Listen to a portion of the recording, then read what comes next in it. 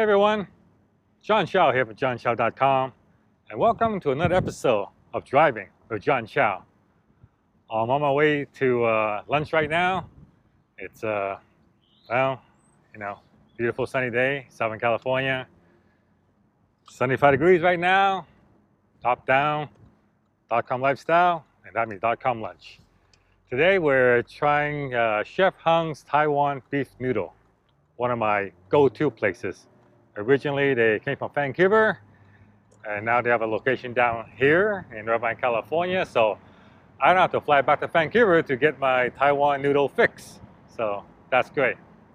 And they also like me, and they let me stick around for 2 hours plus or whatever, however long lunch costs. Anyway, my topic today, I want to answer a question I got from the email, and that's where I get most of my ideas for Driving with John Chow. Feedback from you guys. So, if you guys want me to talk about something, got any questions, feel free to email me, either put in the comments or email me at johnchow.com and ask away. So, today's question, it's a little unique because it was kind of almost being mean to me. Basically, the question was, what is the difference between the rich and the poor? And don't tell me this mindset crap, because I want something that's actionable and doable. So give me something that is real, not, we think differently or that kind of stuff. So, because, he said, no more Anthony Robbins, okay? So, or any of those other motivational speakers.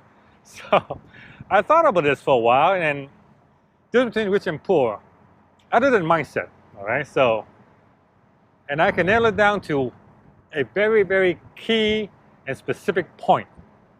The difference between the rich and the poor comes down to this. The poor work for their money. The rich have money work for them. And that is something that's almost universally true between the rich and the poor. See, if you look at if you just examine people who are rich, the billionaires, the multi-millionaires, and you're going to find something very in common. When they're working, they're not really working to make money. Like, take for example, Bill Gates. Like, he still works one day a week at Microsoft, and he works at his foundation. But pretty much, and I believe Microsoft pays him, I don't know, it's some few $100,000 or whatever it is they pay him, but it's insignificant what he actually makes, because Bill Gates makes his money from his investment, and his investment is like $80 billion. So you work at it this way, $80 billion at 10% is $8 billion a year. 5% is $4 billion a year. So that's way more than he can possibly ever make working. Right? But the poor, they have to work to make money because they don't have any money to invest. So, actionable plan. How do you go from poor to rich? So right now you're working for money, but you want your money to work for you. How do you do that? And it's really, really simple. It's something called a gun and butter theory. Right? And the gun and butter theory I'm not sure where the original analogy came from, but I think it goes way back to the Pilgrims when they first discovered America. See, I believe the Native American, they churning butter, and the Pilgrims, they had guns. They had guns, right? And we know who won, right? So basically how the analogy works is that when you make money from your job or from wherever it is, but let's say you're poor and you work for money. So when you make money, your choice of what to do with that money is very simple. You can either buy guns or you can buy butter. Now, a butter melts. A butter is things that depreciate, like this car. This is a big piece of butter. I mean, it's $117,000, but right now, there's no way I can sell $117,000. It's probably worth, well, once you drive it a lot, it's probably worth less than $100,000. So, huge piece of butter. Okay? Or you could buy guns. And guns are stuff that appreciate. Stocks, real estate, things that are rare and go up in value. Right? And here's the key: you want to get rich, you buy guns. You spend your money on buying guns. Buy stuff they appreciate.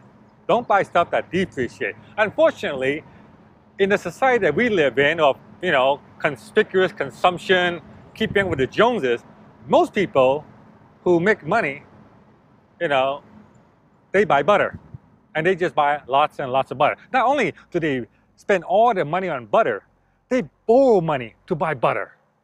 So that's not smart, and this is why, you can't get rich. Because let's face it, it doesn't matter how much money you make. You could be making millions of dollars every year, but if you spend every dollar you make on butter, you're not rich. Not even close to rich. But for someone who's making a modest income, even if you invest, and depending on your age, even if you invest a percentage every single month into guns, eventually those guns will make enough to replace his income. And basically this is just financial planning, I suppose, right? So, actionable plan: when you make money, set aside a certain percentage and buy guns.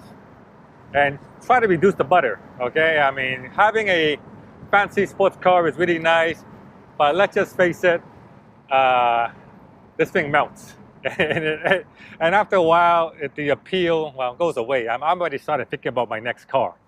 In other words, I'm going to start thinking about my next piece of butter, right? So when really I should be thinking about getting guns. Like in my case, when I invest in guns or do investment, it's automatic. I don't even think about it. I mean, every month, X amount of money just comes out of my account and just buys investment.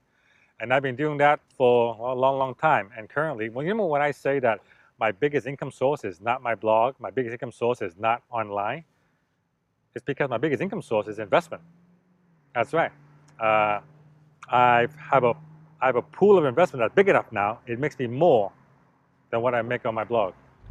So, and that gives me total financial security, because if I want, I can just quit and I can continue. Right? So that's what you want to go to achieve. But you will never achieve that if you spend all your money on butter. All right. So that's your lesson for today. Buy guns, don't buy butter. John Chow from johnchow.com. Thank you for listening. If you like what I just said, give me a thumbs up, subscribe to my channel, and I'll see you guys on the next episode.